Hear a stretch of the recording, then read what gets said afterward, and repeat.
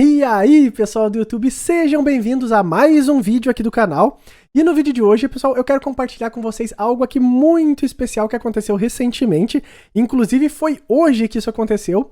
Nesse mesmo momento que eu tô gravando esse vídeo, eu consegui chegar a um patamar no chess.com que eu nunca tive antes, tá? Eu nunca consegui chegar nesse rating 2.400. Sim, consegui chegar pela primeira vez na minha vida a 2.400 de rating aqui nessa plataforma tan extraordinária. E o que eu quero compartilhar pra vocês não é justamente isso, tá? É justamente que eu joguei uma francesa contra um adversário, a gente fez um match, tá? Uma disputa de mais ou menos 12 partidas, se eu não me engano, contra esse jogador aqui, o Benoni Kings, tá? Um jogador alemão de 2.200 e pouco, ele tava com 2.300 e pouco quando a gente começou a jogar, mas acabou com essa pontuação porque eu acabei indo muito bem nesse match, né? E a ideia é que eu joguei com ele a francesa, ele joga a variante clássica da francesa, e eu acabei aplicando uma ideia sugerida pelo grande mestre Iago Santiago, tá? Uma ideia muito boa, então se tu joga a francesa, tu tem que colocar essa ideia no teu repertório, porque ela funciona demais! E acabou me beneficiando, né? Me levando a essa pontuação de 2.400 por conta dessa ideia que eu aprendi com o Iago Santiago, tá? E de brancas, ele jogava Caro-Kann e eu, né, jogando de brancas, de pretas, esse meu adversário jogava Caro-Kann e eu acabei também tendo bons resultados contra a Caro-Kann dele. E de pretas, sempre ele jogava a variante clássica e sempre caía nessa ideia de meio jogo que vocês vão ver nesse vídeo, tá? E eu aplicava essa variante com ele e acabava tendo bons resultados. Ele fazia sempre uma mudancinha ali no meio jogo, mudava uns lances para tentar me surpreender ali, né? Mas a ideia é tão boa que funcionava sempre. Inclusive, eu joguei essa variante clássica na última live aqui do canal, tá? E eu acabei perdendo aquela partida. Eu fiquei muito bem no meio jogo, mas ali do meio jogo pro final, meu adversário armou um ataque amalucado lá na área do rei e eu tomei mates com abacates ao vivo. Mas eu gostei muito da variante, porque a ideia é sim muito forte, como a gente vai ver hoje. E eu espero que essa partida aqui também sirva de exemplo para vocês, né? Para que vocês também possam colocar essa ideia, essa variante no repertório de vocês e tenham excelentes resultados. Espero que ajude muito todos vocês. Então, sem mais delongas, vamos direto a essa partida amalucada de hoje, agora. Então, pessoal, aqui estamos nós, e vocês devem perceber que o cenário todo mudou aqui. Por que isso? Porque eu tinha gravado a análise, mas deu uma bugada total na parte da partida, e eu vou regravar então. Eu já estava editando, mas deu problema, mas não tem problema nenhum, porque a gente regrava aqui a parte da partida de novo, e segue o baile. Então aqui, de brancas, está o meu adversário, o Benoni Kings, um jogador da Alemanha, né? E eu, de pretas, aqui jogando a minha Françoise. Então, o Benoni saiu jogando a francesinha, como vocês já imaginavam, né? Porque eu comentei no início do vídeo. E o Benoni aqui nessa posição, ele jogou a variante clássica da francesa, que é uma variante que recentemente eu estudei bastante ela, e leva para algumas linhas muito interessantes. Eu joguei aqui com o cavalo F6, provocando a linha principal, que é E5, que foi justamente o que o meu adversário jogou. As brancas aqui tem a opção também de jogar com bispo G5, tá? Que é uma ideia bem interessante aqui para o jogador de brancas também. É uma linha secundária, não é a variante principal, porém muito dura. Mas o meu adversário nessa posição jogou a variante clássica, então eu volto o cavalo para D7. E depois de F4, a ideia das brancas é sustentar o ponto de E5 com os peões e o ponto de D4 com peças, tá? Essa é a ideia estratégica que as brancas vão tentar aplicar aqui.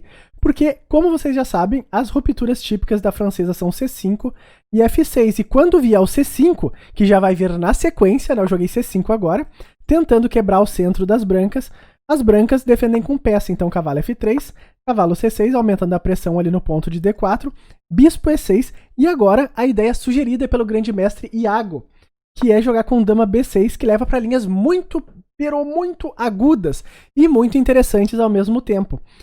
Então depois do lance dama B6, o que as pretas estão querendo fazer? Apertar o ponto de D4 e ao mesmo tempo estão tocando ali o peão de B2.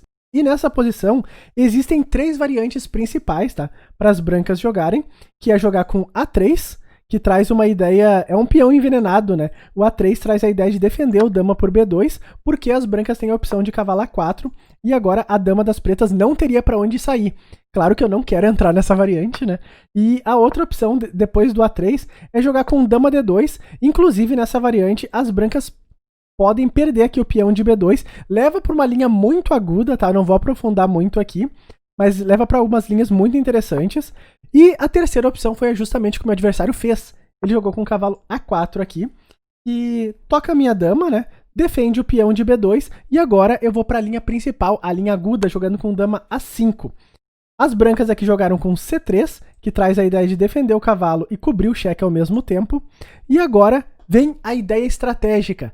Então, lembrar as ideias estratégicas para tu entender melhor as posições de meio jogo faz todo o sentido do mundo. E qual que é a ideia estratégica nessa posição aqui para as pretas? É jogar justamente com B6. Tá, Rafael, mas por que essa ideia é tão interessante? Bom, o B6, ele traz a ideia de jogar aqui com o bispo A6. E como vocês sabem, a francesa, o bispo de C8 é o bispo mau da francesa. Ele fica trancado dentro da estrutura de peões. Então, quando eu jogo o B6 aqui, eu quero jogar com o bispo A6, me livrar desse bispo e assim seguir la pelotita, né? Sem muitos problemas, porque eu soluciono um dos problemas estratégicos da francesa. Inclusive, logo em seguida, eu posso estar jogando também com B5 e esse cavalo começa a ficar um pouco estranho. Mas o meu adversário aqui, depois do B6, ele me surpreendeu e muito. Porque ele jogou aqui um lance muito fino, o melhor lance para as brancas nessa posição, tá? Que é bispo D2. Não é um lance nada intuitivo. Por quê? Porque as brancas movem mais uma vez com o bispo, mas é a melhor ideia para as brancas aqui, tá? Contra praticamente qualquer outro lance das brancas que não bispo D2, as pretas vão jogar aqui com bispo A6 e solucionam o problema do bispo mau, e fica uma posição muito interessante, tá? Para as pretas jogarem. Mas o meu adversário jogou aqui com bispo D2. E agora, ele está salientando que a minha dama não está numa casa muito interessante, né? Porque, inclusive, se eu não cuidar muito, tem linhas onde as pretas podem perder a dama aqui nessa posição. Então, como eu já estava por dentro da teoria, eu joguei aqui com C4, né? Limitando as ideias de B4 das brancas. Porém, as brancas aqui têm que fazer o B4 do mesmo jeito. E o meu adversário, mais uma vez, me surpreendeu porque ele conhecia a ideia. Ele jogou o B4 e agora a gente vai entrar aqui na linha principal, né, dessa variante, que é uma linha muito aguda, mas também parece assim que tem algo acontecendo errado, porque eu vou sacrificar uma peça por 2 peões. Porém, não tenham receios. Essa linha aqui ela é muito boa, vale muito a pena. Sugestão do grande mestre Iago, que deu muito certo aqui nesse match. Eu faço aqui cavalo por B4. E depois de peão por, vem bispo por B4. Troquei uma peça por 2 peões. E a minha ideia é fazer com que essa maioria de peões aqui, são 3 peões das pretas contra 1 na ala da dama, esses meus 3 peões comecem a avançar e criem pelo menos 2 peões passados, que já seria suficiente para ganhar a partida, né? Então nessa posição, as brancas novamente jogaram um lance muito forte, que é o dama C2, é o lance da teoria. E nesse momento eu troco os bispos, já que o meu adversário não pode tomar de dama, né? Porque senão cai aqui o cavalo de A4, então ele tem que tomar de cavalo, e assim cria uma fragilidade aqui no peão de D4, que inclusive eu me lembro que durante a partida, depois desse lance, aqui eu já estava com algumas dúvidas, tá? Eu não sabia exatamente como é que continuava. Eu sabia que tinha que avançar os peões na ala da dama, porém eu não sabia exatamente como fazer a ordem dos lances. Isso pode acontecer muito em partidas de blitz, tu lembrar da ideia estratégica da posição, porém não lembrar da ordem. E isso às vezes pode ser um problema, claro. Mas como é blitz, né, o nosso adversário normalmente não vai jogar toda hora os lances mais finos, e eu também não, então fica tudo equiparado, né? Então depois de cavalo por D2, eu jogo aqui com B5. Toco o cavalo, ele volta o cavalo para C3, que é o melhor lance também. Jogar aqui com o cavalo C5 não é uma ideia tão interessante para as brancas, porque eu posso tomar e depois de peão por, eu posso fazer o roque e esse peão aqui vai ficar mais fraco. Inclusive, se eu ganhar mais um peão aqui nessa posição, daí começa a ficar tudo totalmente ganho, né? Porque daí eu vou ter muitos peões passados aqui e acaba sendo um problema grave para as brancas. Então, meu adversário jogou aqui com o cavalo C3 e aqui eu fiz o lance dama B6. Tocando o peão de D4, porque aqui eu já não lembrava muito bem a ordem. Mas esse não é o melhor lance. O melhor lance aqui é justamente avançar. E eu tava com alguns receios de dama A4, mas dama A4 também não é um problema, porque daí sim eu jogo com dama B6. E agora o cavalo de C3 está ameaçado e o peão de D4 também. As brancas não vão conseguir defender tudo e vai acabar dando probleminha aqui. Mas eu não lembrei desse tema, né? Eu acabei esquecendo isso. Então nessa posição eu joguei com dama B6. E a minha ideia é tocar o peãozinho, preparar o roque e também tirar a dama para passar o peão, porque eu lembrava que tinha que avançar os peões na ala da dama. Já é alguma coisa, né? Então aqui o meu adversário defendeu o peão de D4 com o cavalo F3, parece um lance tranquilo, né? Fácil de ser encontrado. E agora eu fiz o meu roque. Ele preparou aqui o roque dele também, jogou com bispo E2. E nessa posição, então, eu jogo com A5, começo a expandir os meus peões. As brancas aqui rocaram. E então, eu jogo nesse momento com bispo A6. Fazendo com que o bispo também participe da partida, né? Logo que eu começar a avançar, eu quero que esse bispo também esteja ativo nessa diagonal. Claro que eu não posso sair avançando de qualquer jeito, porque ele ainda tem uns bloqueios, mas mais pra frente, aí eu vou criar uns planinhos pra tentar destruir essa ideia de cavalo A4, né? Nessa posição, então, o meu adversário jogou torre de AB1, que faz todo sentido, né? Aqui batendo no peãozinho. Eu joguei aqui com F5. Mais uma ideia interessante. Nessa posição, o F5 não é o lance mais forte aqui, tá? Mas eu lembrava que eu tinha que bloquear a ala do rei. Então, mais uma vez, eu lembrava de uma ideia, mas não recordava exatamente qual era o lance.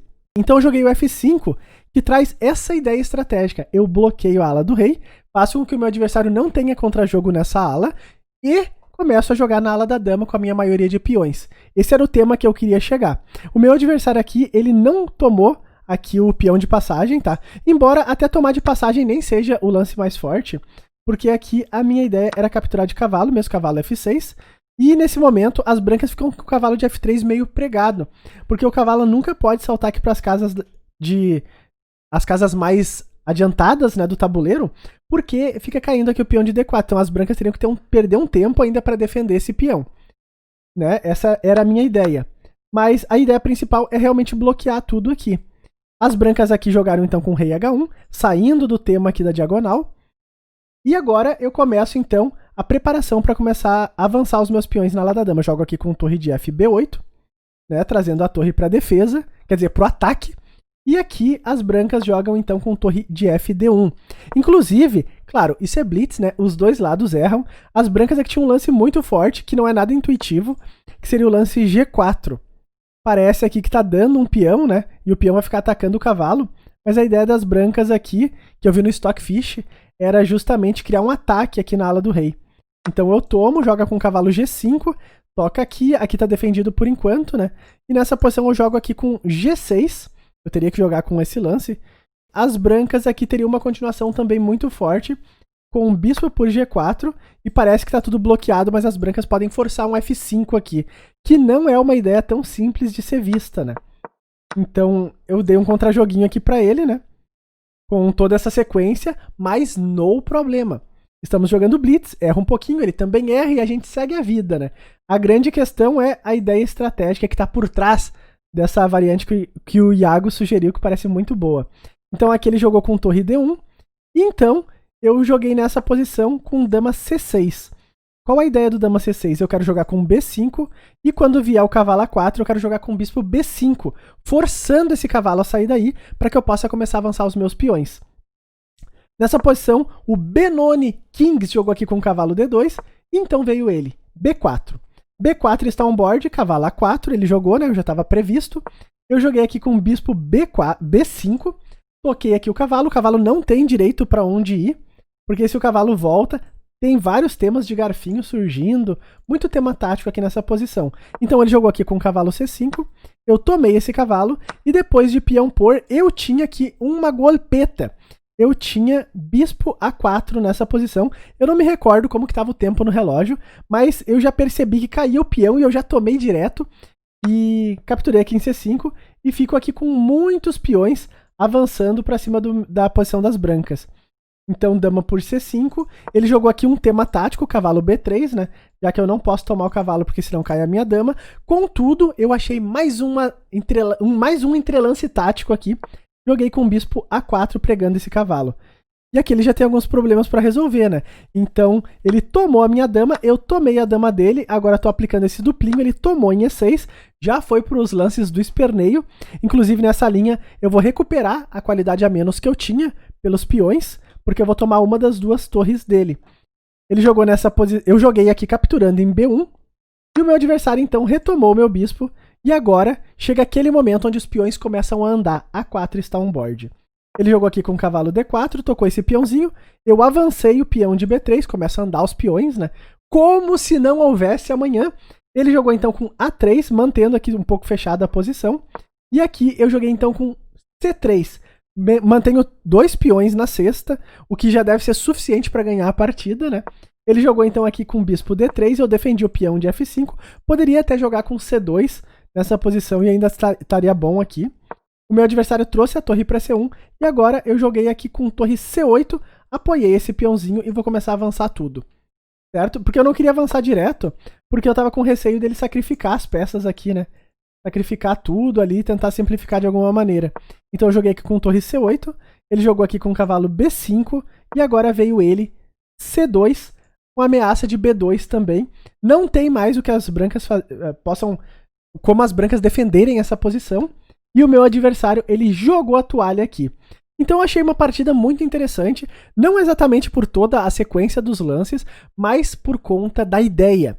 A ideia de sacrificar as duas peças para ter uma vantagem de peões na ala da dama e logo em seguida começar a avançar esses peões como uma avalanche para cima do adversário. Então foi uma partida de blitz, tem erro para todo lado, mas de qualquer maneira fica bem ilustrada a ideia de meio jogo interessante. Espero que vocês, que jogam também a francesa, possam colocar essa linha no repertório de vocês, porque funciona demais, minha gente. Tá bom? Espero que tenham gostado dessa partida. E pela primeira vez, então, com esta vitória aqui, eu chego a 2.401 de rating, o maior rating que eu já tive na história, jogando no chess.com. Aí sim. Então, pessoal, se tu gostou desse vídeo, pois não esqueça de deixar aquele likezão aí embaixo. E se tu é novo aqui no canal, é só te inscrever, porque tem vídeos toda semana aqui no canal, certo? E até os próximos vídeos, pessoal. Valeu!